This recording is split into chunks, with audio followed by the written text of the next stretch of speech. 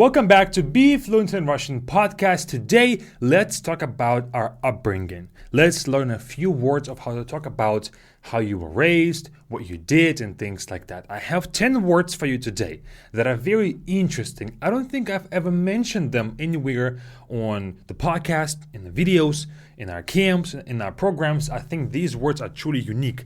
When I was making a list, I was like, oh, these are pretty interesting. Why didn't I ever share them with anyone? But I think it just was never the good, I guess like a good topic for this. It was always something else there. So let's do it today. And then I guess you can listen to me talk about my upbringing and certain phrases will pop up from it.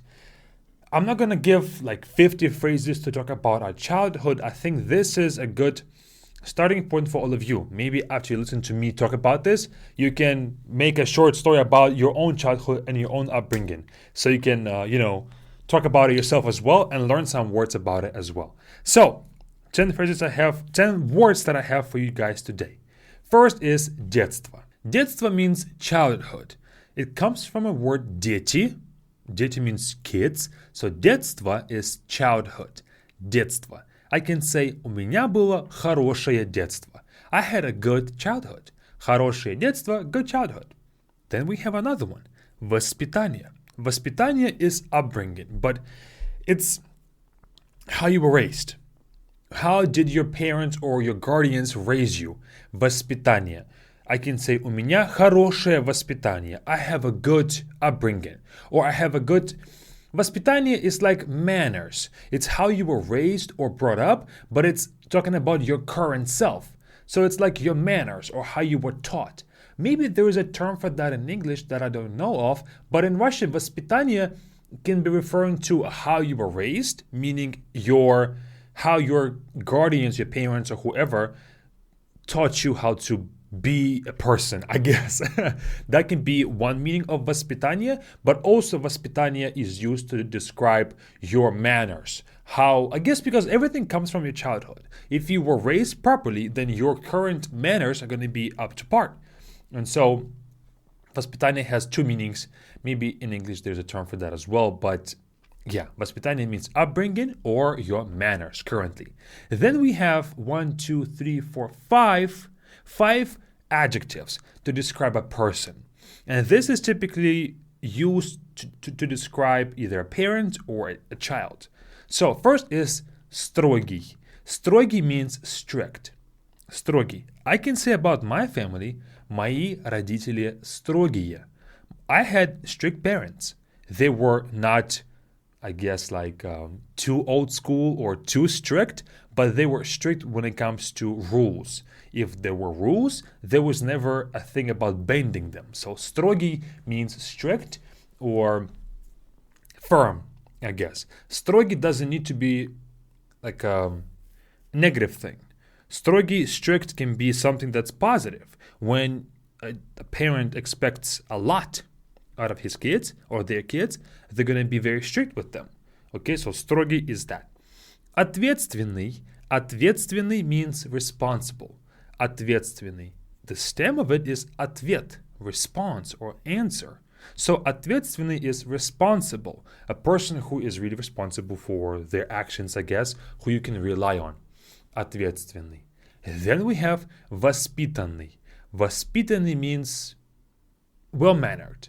Again, it comes from that word that we already learned, воспитание. So воспитанный is a person who acts properly, who acts right, who acts well-mannered, I guess. But воспитанный is again kind of, when we say well-mannered in English, it doesn't really have any relation to the upbringing of a person. It's just kind of like, I guess, another characteristic about them. But in Russian, воспитанный does come from that he had good upbringing. That's kind of the term for this, воспитанный. I guess I can say about myself, я не очень воспитанный. I'm not too well-mannered. Sometimes I can be a bit rude or, kind of angry at someone sometimes. So воспитанный is a person who, I guess, well-mannered, but also kind of chill, mellow person. Okay? Next adjective is порядочный. Порядочный, spelled with порядочный, with the ch, but it's pronounced as порядочный. Порядочный. Порядочный is a person, I guess we can also pronounce it as порядочный, maybe with the ch as well. So it's a person who is, I guess, not out of pocket, okay? A person who is well behaved, okay? Порядочный is a person who is honest, who, how do I describe this in one word in English? Solid person, okay? Порядочный means solid. This is typically used to describe a person more in adult life, really. It's not really used to talk about a child, порядочный, because it's typically a solid person who is about their own business, who does right, who is a good person with good manners and things like that. Порядочный человек is a solid person. It comes from a word порядок. Порядок is order. Порядок. So orderly person, I guess. And then the opposite of that is расхлябанный. Расхлябанный might not even be actually a dictionary word, but I've heard this word used a lot. Расхлябанный. Расхлябанный is a person who is like a jelly bag, who doesn't have discipline. Расхлябанный. He might do this one day well, next day he doesn't do it well. There's no consistency about that person. Расхлябанный. And my dad used to tell me, ты ведешь себя расхлябанно. You are acting this inconsistent, I guess, inconsistently, or kind of jelly bag-ish, I guess. So you are not you are not being responsible right now. You are being, I guess, lazy with this. Расхлябанный is a person who does everything kind of half effort. Okay, расхлябанный. Then we have 3 words to describe typically again a child, but not so good child, not so well-behaved person, okay? First is бездельник. Бездельник means a lazy person. Бездельник is the one who never does anything. In fact, it comes from 2 words, без дела, without a task. So it's a person, taskless person, but it's mostly about their character. They are not really they don't do much. Бездельник, he doesn't do a lot. He just is a lazy person. Jelly bag, okay? Bum. Бездельник. Then we have хулиган. Хулиган, in English, hooligan is a person who, I guess, is like a criminal. In Russian, hooligan is just, it's a bit more innocent. It's a person who is like a troubled kid. Not really does anything, doesn't really involve any law kind of break-in situations, but it's just simply a person, a boy who is not so well behaved, okay? Troubled child, hooligan. Same we can say with оторва. Оторва is a crazy kid. Оторва. Я не был хулиганом, я не был оторвой. I was not a hooligan, and I was not оторва. I was not the crazy kid. I was not any of those things. I was more chilled as a child. Okay, so now that we've learned these 10 words: детство, childhood, воспитание, upbringing, строгий, strict, ответственный, responsible, воспитанный, well-mannered, порядочный, orderly or solid as a person. Расхлябанный is a jelly bag or a laid-back person, lazy person. Бездельник is a person who doesn't do anything, lazy person. Хулиган is a hooligan or troubled kid. And оторва, same thing, crazy kid, troubled kid. Now let's talk about, I will talk about my childhood. And I encourage all of you, if you have time after this podcast, if you can record a voice recording about yourself, or just a small text of some sort. In fact, I'll put this in that Telegram channel as a task for Friday, for today, for Talks with Victoria, is to talk about this topic, because it's an unusual topic, and I think that it's going to be useful talking about it as well. So I'm going to give that as a task too. So let's get right into this. I'll be talking semi-fast, I guess. So here it is. У меня было отличное детство. У меня отличные родители, папа и мама. Они нас очень любили. У меня есть старший брат и младшая сестра. И у нас было отличное детство. У нас часто была семья с нами, бабушки, дедушки, тети, дяди. У нас была очень, очень хорошая семья. Я всегда чувствовал любовь к себе от бабушек, от дедушек, от папы, от мамы. И мне кажется, что это главное для ребенка, что он чувствует любовь к себе. И также в детстве мы занимались спортом. Мы играли в теннис, в хоккей, я играл в футбол, просто сам с друзьями и так далее.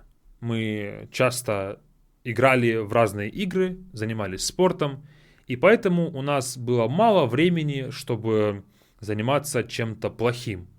Я знал очень много людей, которые были бездельниками. That word that we just learned, бездельник. People who didn't do a lot.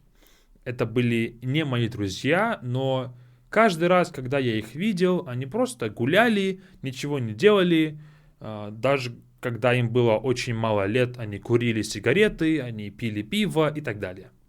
И сейчас я уверен, что многие из них, у них, возможно, не самые хорошие работы, возможно, есть из них наркоманы, возможно, я не знаю, но я знал, что они выросли в плохих семьях, в их семьях часто были алкоголики и так далее. И я рад, что у меня родители не были такими, во-первых. Во-вторых, что они нас заставляли, they forced us, заниматься спортом. Потому что тогда у нас было мало времени, чтобы делать плохие вещи, скажем так. И я считаю, что как родители, мои родители поступили очень правильно. Очень сложно, когда твой ребенок занимается спортом. Нужно с ним ходить на спорт, на теннис. Нужно, возможно, с ним ездить далеко, чтобы он играл в футбол, хоккей и так далее. Это тоже много времени занимает у родителей. И я рад, что мои родители это делали. Потому что сейчас я думаю, что они во мне воспитали хорошие качества. Также в детстве я помню, что мы часто играли с братом, с сестрой дома. Играли в теннис, играли в разные игры. У нас был большой дом, и мы часто в нем играли. Прятки, hide and seek, может быть, догоняшки, which is tag your it, I think it's called, or tag. И было очень весело. У нас был большой дом, и у нас было много гостей всегда. Бабушки, дедушки, тети, дяди, друзья, родители и так далее. И я, как сказать, сейчас я понимаю, что мое детство было супер. И когда я слышу, как у других людей было детство другое, может быть, они жили в маленьком доме, они часто переезжали, they moved a lot. И когда нету большого количества людей вокруг, то это сложно. Это очень сложно, я думаю. И поэтому я рад, что мои родители, у них было время на нас. Что они всегда нам уделяли много времени. И это супер, потому что я сейчас очень рад, что у меня было хорошее детство. И я могу сказать, что я был счастливым ребенком. I was a happy child. Я был счастливым ребенком. Когда я пошел в школу, мне было 6 лет, я не очень любил школу, потому что мне нужно было далеко ездить, может быть 30 минут. Я ездил на автобусе каждое утро, и как будто бы очень трудно было это делать. И я не любил школу, потому что мне не нравилось учиться. Я не самый глупый ребенок, я мог получать хорошие оценки, но мне было неинтересно. Я очень часто вел себя плохо на уроках, всегда отвлекал одноклассников. I was distracting my classmates. I was kind of a bit of a disruptive kid. Потому что мне было скучно.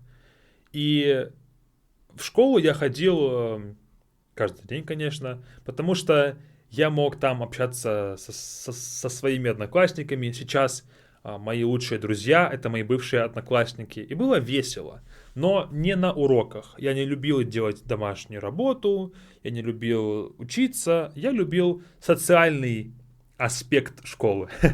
Было весело.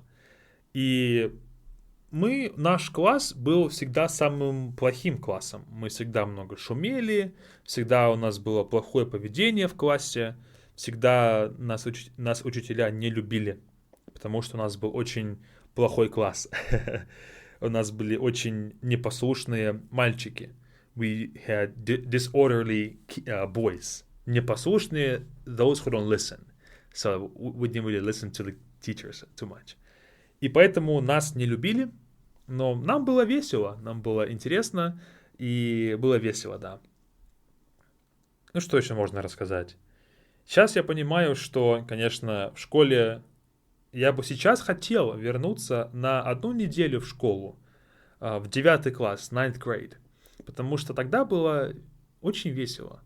Я уже давно не видел многих моих одноклассников после 9 класса. Вообще ни разу. И я бы с радостью их увидел, пообщался бы и провел бы вместе время. And that's it. That's all that I want to say for today. Hope this wasn't too complicated or too niche of vocabulary. I hope you enjoyed, and I'll see you all in the camp. We start in 2 days from the release of this podcast. So join us now with the first link in the description. And also, if you're listening later than the release date of this podcast, we have these sessions twice a year. So with the link in the description, you'll find the closest start date to right now. So join us right now, and I'll see you all there. Пока-пока.